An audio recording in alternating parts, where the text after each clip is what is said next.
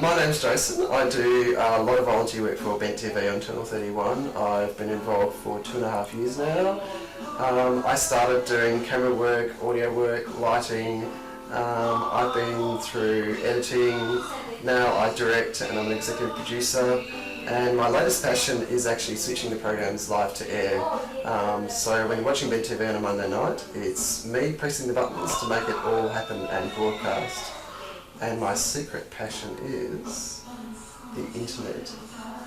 Kim, no, I won't be doing that. So this is really cute guy. Just come on, Jason. 72 hours. You need a break. You need to leave. You need rehabilitation. We can get you away from this illness. We can get you away.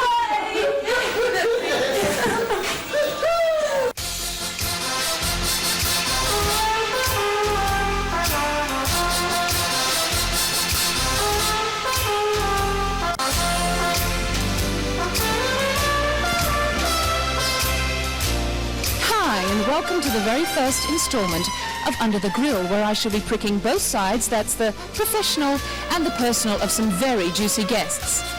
We're here tonight at the beautiful National Theatre, St Kilda, as invited guests at the celebrated opening of Melbourne Queer Film and Video Festival. Later on we'll be interviewing Kelli Simpson, a Melbourne filmmaker and a rising international star, whose film Two Girls and a Baby is going over very big at all the festivals around the world. But first, let's go in and watch the opening feature, Relax, It's Just Sex. Hang on. This way.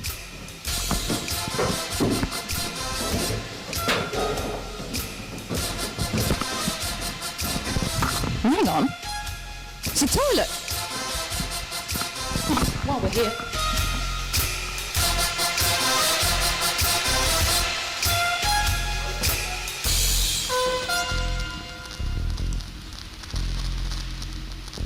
Okay, let's go.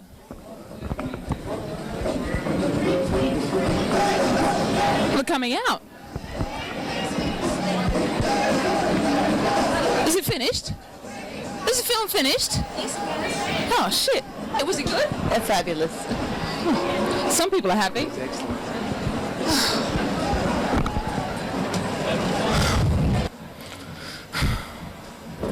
Oh, Kelli Simpson, welcome. Hey, what are you doing out here? Oh, did you see the film? Yeah. Well, some of us got locked out. I think it was the crew's fault, actually. How does this compare with other openings you've been to? Oh, it's like every opening. It's full of excitement, a bit of champagne, some free little snacks. That wouldn't be any motivation as to why you're a filmmaker in the first place, would it? It's the only reason I make films, besides pulling the chicks. Now, your movie, Two Girls and a Baby, has been going over very big in some of the festivals, hasn't it? It has. It's been doing exceptionally well. Hang on, I've just got to sit up. It's been doing very well, and I'm surprised that someone hasn't already made this film, because it's really what people want to see. Well, some people have made sort of versions, haven't they? 3 men and a baby and 2 girls and a baby. I really should have made it into a feature. When I was in America, they were just all over it like a rash. I really should have just made it into a feature. I'd be a millionaire by now. Do you want to give us a bit of a lowdown on the storyline? Well, there's a lesbian couple, Catherine and Liz. One of them desperately wants to have a baby. The other one's sort of a bit like the rest of us. It's a bit hard, it's a bit big. She really thought about it. It's a lot of things going on. And it's about families. They pull their family into it, and this is a bit odd, isn't it? You think that you're doing karaoke. I think that's the thing, you know. We could do a duet here. Love lift us up where we belong. Hi, how you going out there? This is so weird. But you're a writer and director. Has anybody ever accused you of being a megalomaniac or a control freak? Well, yeah. Sometimes when I shoot clips, I like to shoot them as well. Like I do PR stuff and I want to shoot it as well, edit it. I want to do everything. But this was a really big step for me, allowing someone to produce it, because I've never actually had a producer before. So it was a big step. And I think I made it through. When you're directing people, are you ever tempted to sort of go up and just sort of do it, or say, like, don't do it like that, do it like this, and do it for them? No, I'm a terrible actor. So what I do is I let the actors just be, and generally they're like way better than anything I could have ever thought of. And if they don't get the words, then that's what's wrong. It's usually the words that are wrong, so we have to look at what I've written. And generally actors are very smart people. About acting, not about a lot of other things, but acting they're really smart about. But if any actors are watching, they won't understand what you're saying, so they won't be upset, will they? Well, they probably put me down in their list of directors never to work with again. Why do you choose this subject in particular? At the time, it was one of those things where I had just finished working and needed a script idea, and I was watching an episode of Oprah about sperm banks, and I thought, great inspiration, huh? I couldn't believe that no one had written a story like this before. And there was Oprah with phone numbers at the end of the show saying, ring the sperm bank. And I thought, well, I will ring the sperm bank. International call rates, of course. Of course, they said, do not ring if you're outside America. And I thought, stuff that, I'm going to ring. And I got an answering machine, and then I managed to get through, and they were basically going to send me sperm over the phone. I thought, I have to. A bit messy in the ear, that though, wasn't it? Well, I suppose if you thought about it that way. I just had to make a film about this, and I just thought what I did then was actually try to think of the practicalities of it in Melbourne, in Australia. And to me it seemed like a great funny idea too, because I'd get on the phone to people. Like I rang a place that stores bullock sperm and horse sperm. And I said, do you ever store human sperm? And this girl goes, can you hang on a second? And I just went, oh, okay. And you could hear her yelling in the background to her boss, and her boss is looking up his little black book, and then her boss gets on the phone, and I'm going, I've got to write a comedy about this, because this isn't a very serious topic at all. Everyone seems to be taking it pretty casually. Are you becoming broody, having made a film about lesbians having a baby? I mean, are you getting the turkey baster out and fooling around? Looking at it lovingly. No, I think that everybody wants to have babies, don't they, Gillian? Don't you want to have a baby? Well, I'm kind of looking at it at my age, sort of this sort of last egg in the box, but, you know, I may get round to it. You think you're running out of eggs, do you? They're getting old. I'm counting them.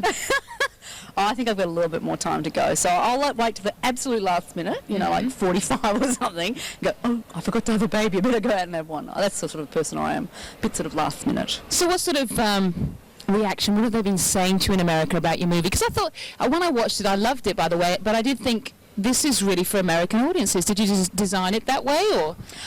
I think a bit that way. I tend to sort of think about audiences and what is it that I like as an audience. I love to sit there and I like to laugh, I like to cry, I like to think, but I don't like to think too much. This is a woman who watches Oprah, I'm telling you.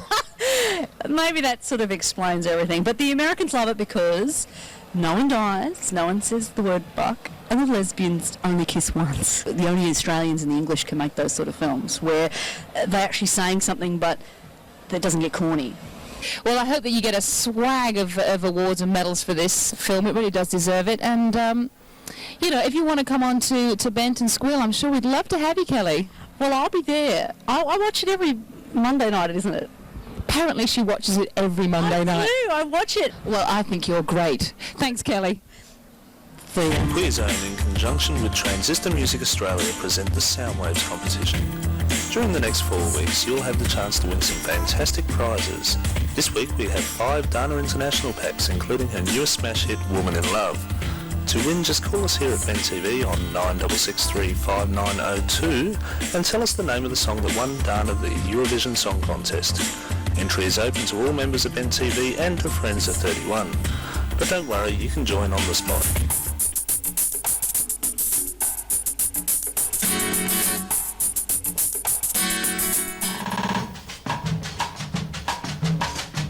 Publicity is the utilisation of free press to make sure the public know about your concert or event which is happening. Number one, if you lose touch with your market, you'll start to believe in your own bullshit. Number two, take what you do seriously, never take yourself too seriously. Publicity can be a lot of fun. It can be extremely rewarding. I strongly recommend you have a huge passion for what you do, because you certainly don't want to do it for the glamour, and you certainly don't want to do it for the money, because if they're the reasons you're in it, you'll be severely disappointed. I remember ringing up 5APR at one point and asking them if they had a world music program, and ringing the presenter and picking their brains for about half an hour to establish how to reach my market. A lot of it was learning as I went along. The more I've done it, the more proficient I've become with the various markets and the people I speak to. I had a lot of help when I started out from people already working in the music industry. At the time I entered it full-time in Melbourne, there was a lot happening within the music industry. All ages shows were starting to become popular. The Punters Club had picked up and was doing 7-night-a-week entertainment. New venues were springing up everywhere. The universities were starting to do a lot of original music.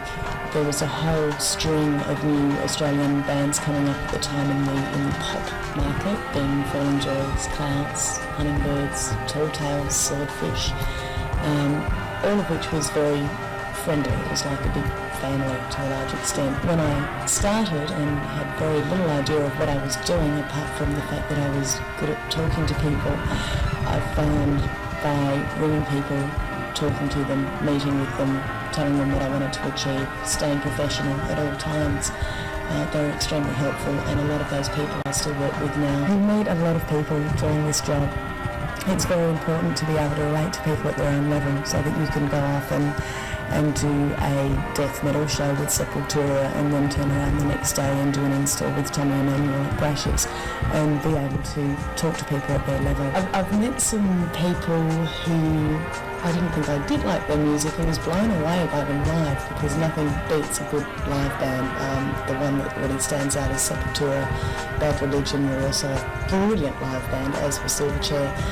Occasionally I've moved outside the music industry and worked with acts like Gillian. I did the Adelaide International Comedy Festival, which was a lot of fun, and I met some fantastic people. The longest I've worked with a specific artist would be 5 years, which would be Silverchair, but also Things of Stone and Wood, who I started working with from the beginning. You get to a point where you understand the thinking of the band, and you're an integral part of the planning process and have input into where they're going to go. As well as that, by spending so much time with them and going on the road and swimming with dolphins and go-karting, you get to see the personal side of them, which is a lot of fun.